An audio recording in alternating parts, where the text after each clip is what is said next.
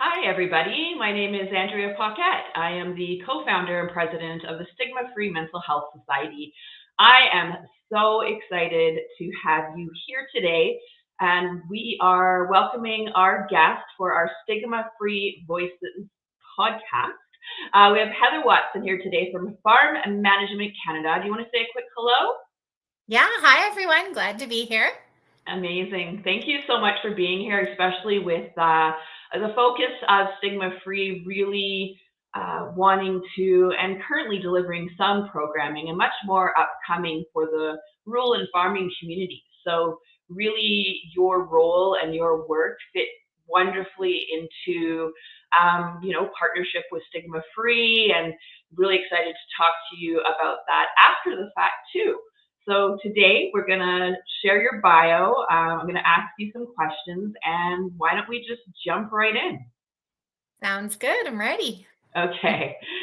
So Heather Watson leads the team as Executive Director of Farm Management Canada, which is a national nonprofit organization dedicated to increasing awareness, appreciation, and adoption of farm business management practices to help position Canada's farmers for sustainable growth and prosperity.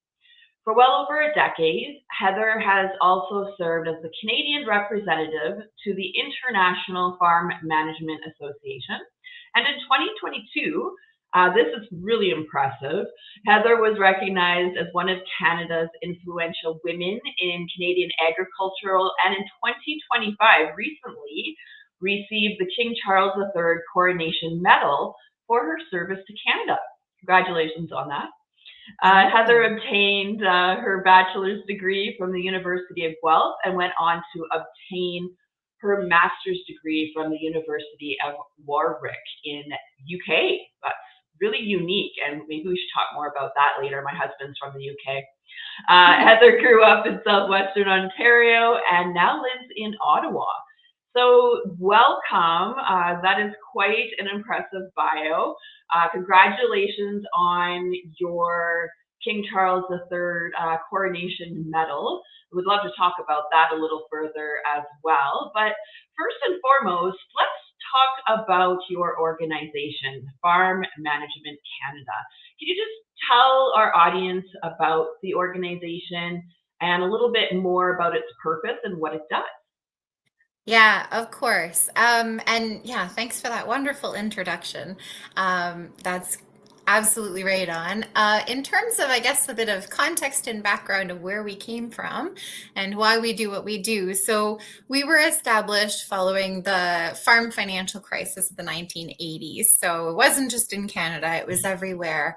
But, interest rates and inflation just kind of flew through the roof, and commodity prices absolutely bottomed out. So it left a lot of producers in Canada and around the world struggling. And so industry and government kind of got together and said, how can we help farmers kind of better position themselves to manage risk, to seize opportunities, and to build their capacity to run profitable businesses and succeed and continue, agriculture in Canada. So we were established as kind of this national group to put a focus on farm business management, seeing that as a way to up the business acumen of producers across Canada and hopefully, be ready to confront change with confidence and seize opportunities. So that's kind of where we came from. And so we came from an educational and tool building and research perspective too. And that carries on to this day. So over 30 years later,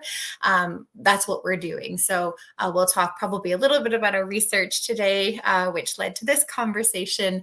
But we try to get out there in terms of, in Canada, we don't really have strong extension services anymore. And so that's kind of the role that we've found ourselves in is connecting producers with the knowledge and the tools and the resources and the people to help them manage their farms on the business side of things. When you say extension resources, what do you mean? So it's funny. I was having a conversation this morning just how the verbiage and language changes when you're in different audiences. So Yeah. Extension is a word that's used not a lot in Canada because we've moved away from it quite a bit. But elsewhere for sure, there's a lot of kind of groups. Usually it's coming from the academic and kind of the university-based side of things. And so extension basically means turning knowledge into practice. So a lot of times we call it KTT, knowledge transfer and translation.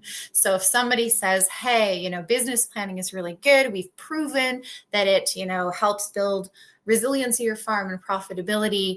And now we have to take that knowledge and kind of transfer it into the reality of the farm. So, okay, how do we help producers, do this stuff called business planning? Or oftentimes it's on the production side, how do we help them adopt the new technology? Or how do we encourage them to embrace the practices that we know through research have a return on investment? So extension is kind of extending that theoretical research-based academic knowledge to the practical reality on farms, knowing all the different kind of factors that go into farming and decision making and all that wonderful stuff.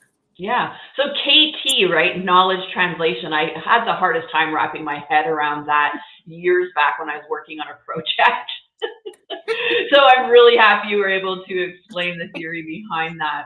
So let's talk about you and, how did you become interested in mental health and agricultural? This is a unique space. And I was just curious what interested you, and tell me a little bit about yourself when it comes to that. Yeah, no, absolutely. So it's kind of interesting because I was attending a young farmer conference of all things, pardon me, and they had a someone by the name of David Posen speaking.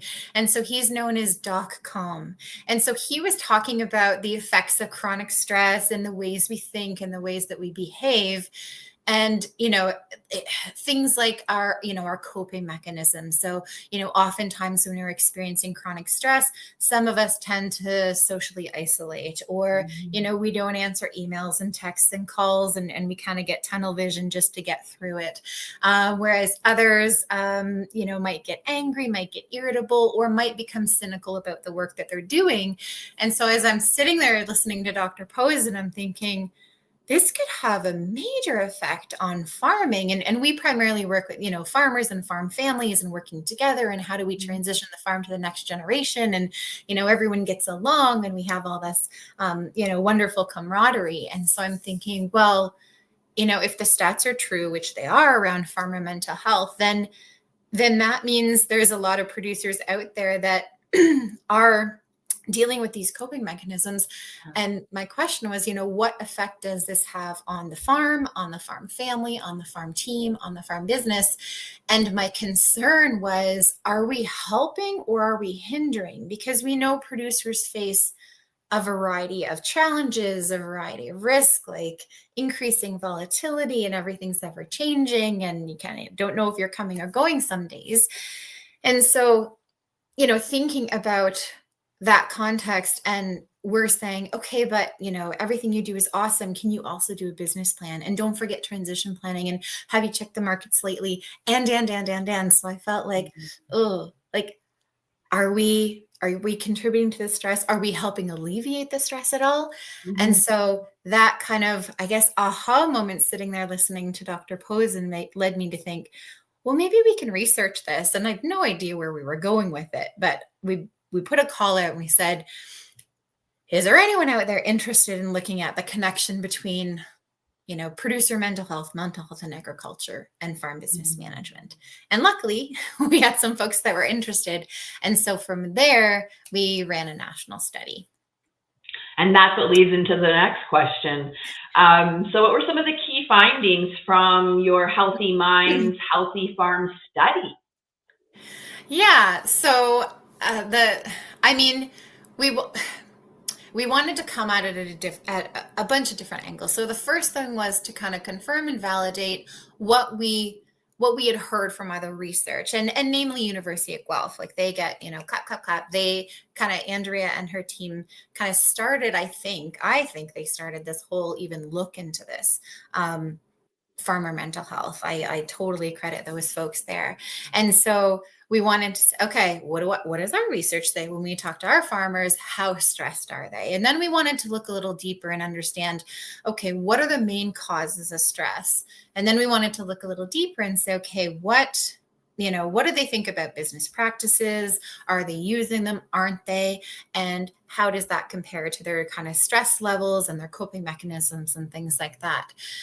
So what we found is it confirmed, like 3/4 of Canada's farming population are experiencing chronic stress and anxiety, which isn't great news, but at least we know we're kind of starting from the same footing. And then we weren't entirely sure kind of what the stressors would be. It was an open-ended question. And so we thought surely, some public trust pieces and, the financial piece. And what kind of bubbled to the surface was this feeling of uncertainty and unpredictability, and more so that feeling of loss of control. So that uncertainty, and then combining that with feeling like no matter what I do, something's always going to come in that I have no control over, whether it's the weather or the markets or, trade relationships and things like that. So that was a key piece for us. And we also found that, looking at, coping mechanisms and how are you doing and how are you making decisions, that when stress and anxiety dominate, I say this, when stress runs high and decision making becomes clouded, right? Communication, long-term planning, all the stuff that is the bedrock for farm business management goes out the window. But conversely, we found that the farmers who have specifically, we asked about written business plans, because that's a big part of our platform, a really essential part of business management is planning. Those farmers who plan ahead experience greater peace of mind and confidence, even when stress runs high, and even when they feel like they're in a higher stress situation. That also affects their coping mechanisms. So, everyone gets a little irritable and frustrated, but instead of feeling like, I don't know what to do, I don't know where to turn, I don't know what this, with this change in the market is going to mean for my farm, they have a plan and they go back to that to look at, okay, what did we say we wanted to do? How has the situation changed? And let's run the numbers on it. So there's this sense of kind of confidence to move through the challenge because they have something to rest on. So that was a big aha moment for us, was that basically everyone who had this business planning practice reported way higher levels of peace of mind, but also more helpful coping mechanisms, if I can put it that way. Yeah. And identifying those things, those stressors and the unpredictability, and having that planning, I can see, you're anticipating things ahead of time. So that can really contribute to a farmer's well-being and their mental health. And I was just curious about your opinion. Why do you think the topic of mental health has historically been so difficult to talk about in the farming community? Yeah, it's a really great question, and there's a lot of work being done on this, as you probably know.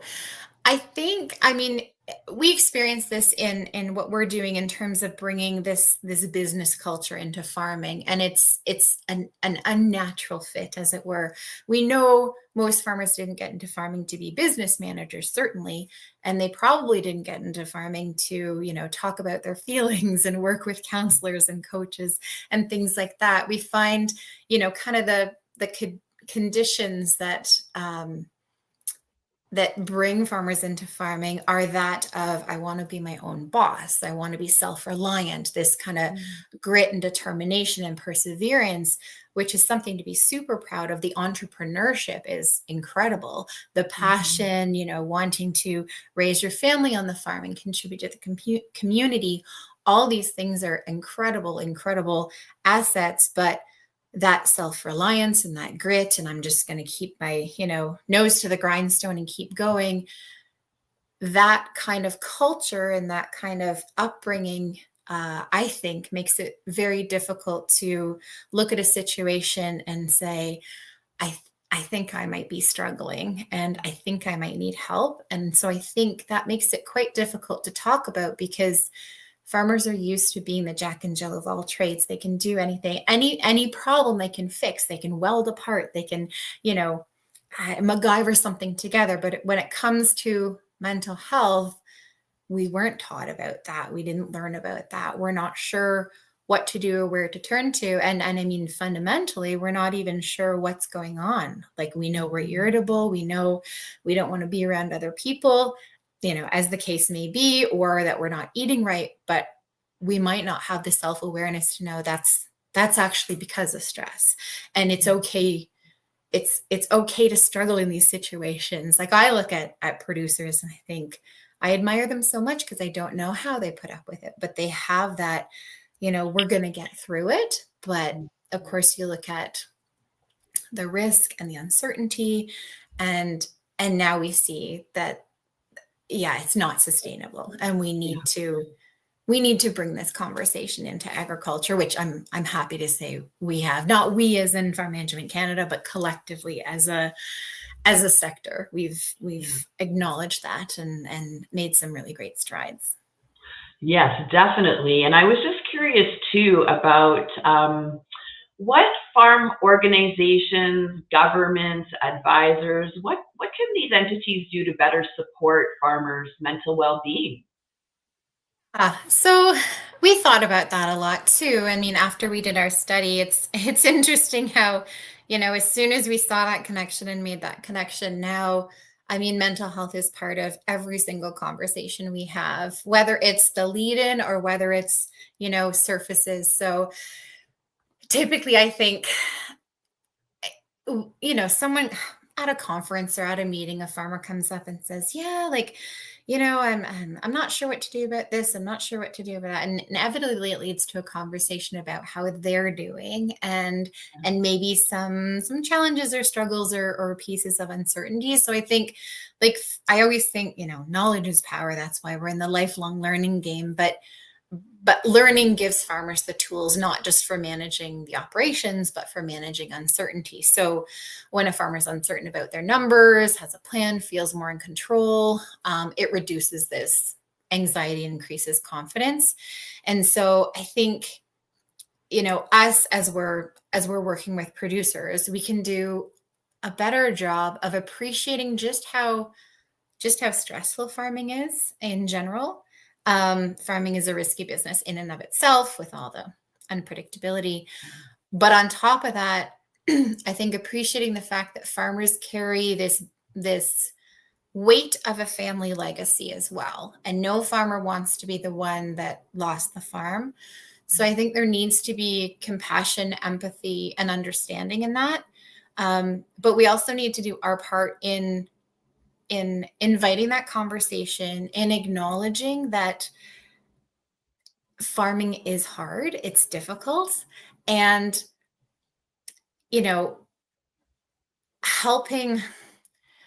I'm thinking of, you know, some of the resources out there, like In the Know, like doing our service to understand what are the signs of, you know, stress or struggle or anxiety, and you know, not necessarily waiting for that to show up, but being conscious of if you're seeing signs of that, and being aware of the resources out there to connect producers. I think every province now in Canada has, you know, a farmer mental wellness program, and, you know, there's kind of the national crisis lines and things like that.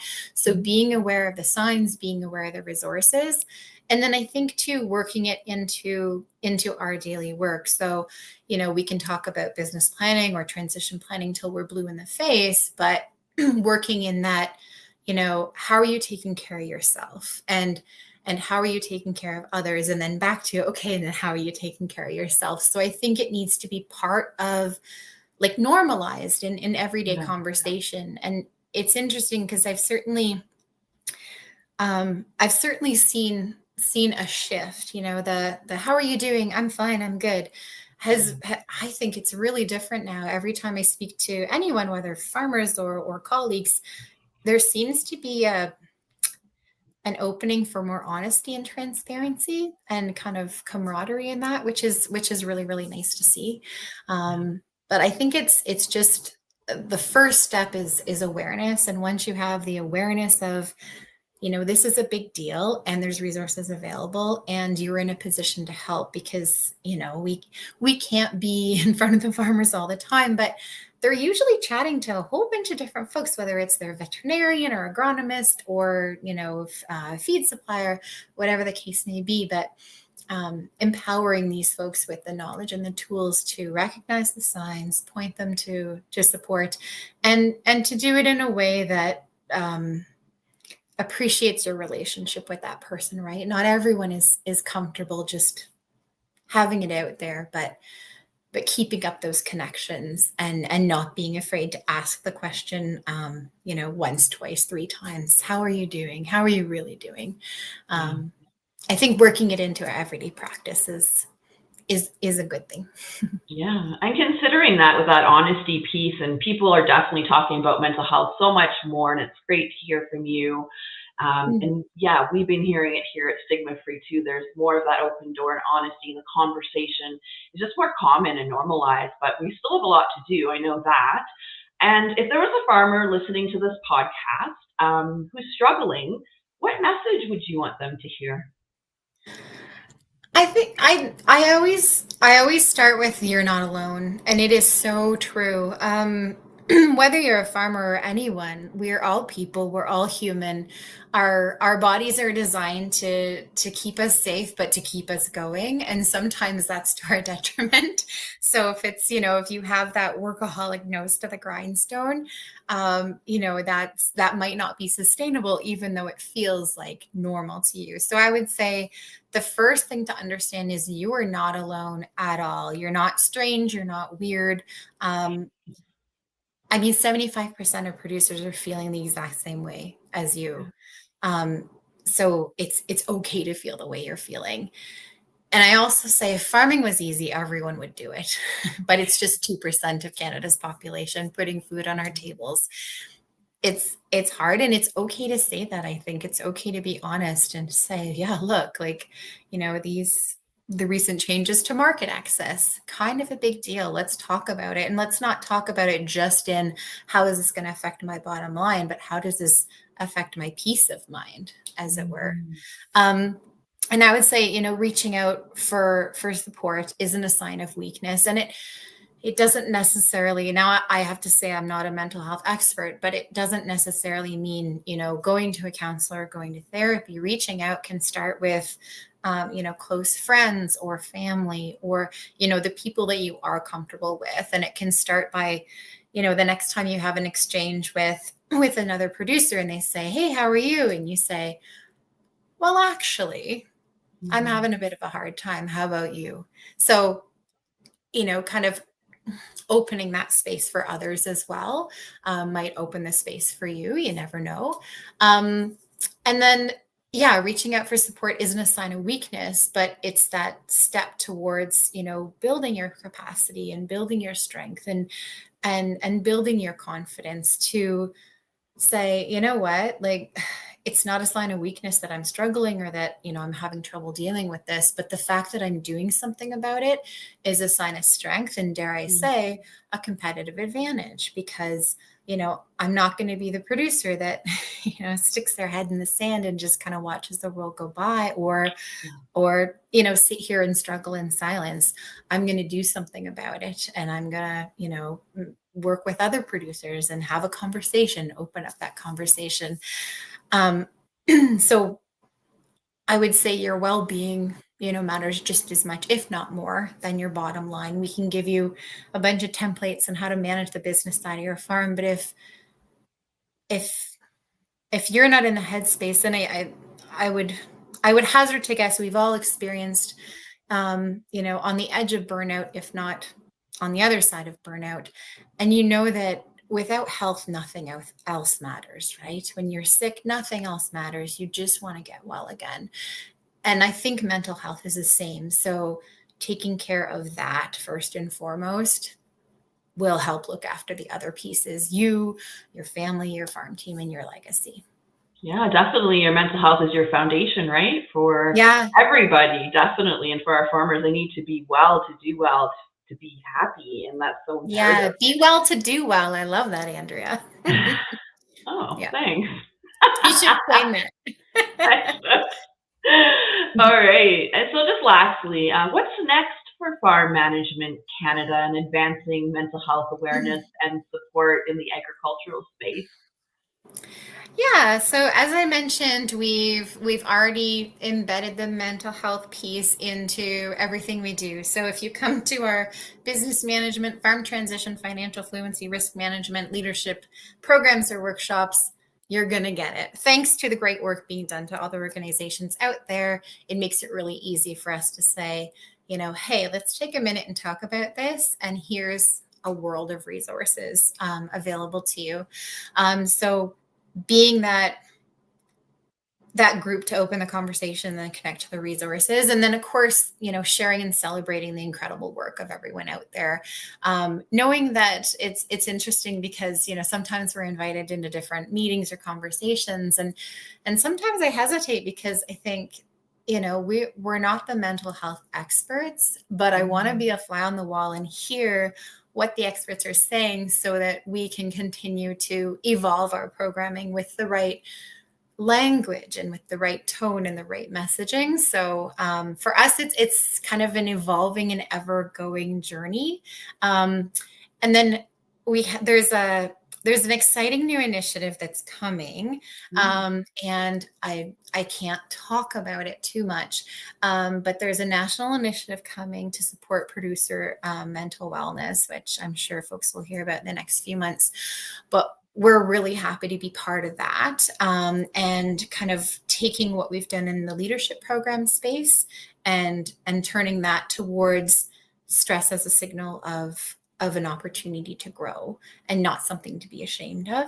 And so, yeah, we're excited to embark on that. But just because of the timing of when we're talking today, we have to keep our lips sealed a little bit. But I will forever embed mental health in everything that we do, because for us, it really opened the eyes of, back to, I guess, the very first question, are we helping or hindering? I know we're helping, but I know that we have to be careful and understand how we're coming into these farming conversations and farm families, and appreciate everyone might be in a different space and place, and just being compassionate and having that understanding as we move forward, and helping communicate that out to folks that maybe aren't as involved in the agricultural community, to say, here's what's really going on, and we need to understand that context before we come up with solutions and ideas and bombard them with all this cool stuff you can do. It's like, let's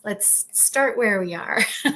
Start from the beginning. So that's our hope. And I mean, continuous research would be great. I saw there's a new research project coming out of the University of Alberta on farming culture, and understand it. I just saw that yesterday. Understanding the part that farming culture, kind of what I was speaking about before, perhaps plays into our capacity, our ability, and our willingness to move in certain directions. So yeah, I think it's neat how the sector comes together and figures out how we can each play a meaningful role in this and come together. So so we're moving in the right direction. Amazing. This has been a very informative and very amazing conversation today. So I'm very grateful that you joined us. So please stay on the podcast afterwards, and we can have a conversation, and then I can say goodbye and stuff. And what about your website? Like, where can people find your organization? Yeah, so we we have a really boring URL for our website. We try to keep it simple, but it's not exciting. So it's www.fmc-gac.com. That's our organizational website. And then if you really want to get into the meat and potatoes, you can go to agriresources.ca, and you'll find all of our resources in different business management areas and events happening and programs available and all that wonderful stuff. And you can, of course, find us on social media, Facebook, Instagram, Twitter, LinkedIn, all that good stuff with at FMC _ or dash or period GAC, whatever the case may be. Okay, great. Thank you, Heather. And for everybody watching, please feel free to share this podcast after the fact as well. Stigma-Free Mental Health Society is very eager to be delivering our Rural Minds Matter initiative. And yeah, we have some upcoming news about our project as well. We're very excited. And yeah, so please check out our rural mental wellness toolkit, which is for farming and rural residents. You can find that at ruralmentalwellness.com. So that is a free resource through Stigma-Free that is consistently updated, very robust, and provides education around mental health for these specific communities. So thank you, Heather, and thank you everybody for watching today. I hope everybody has a wonderful day. Thank you very much. Thanks, Andrea.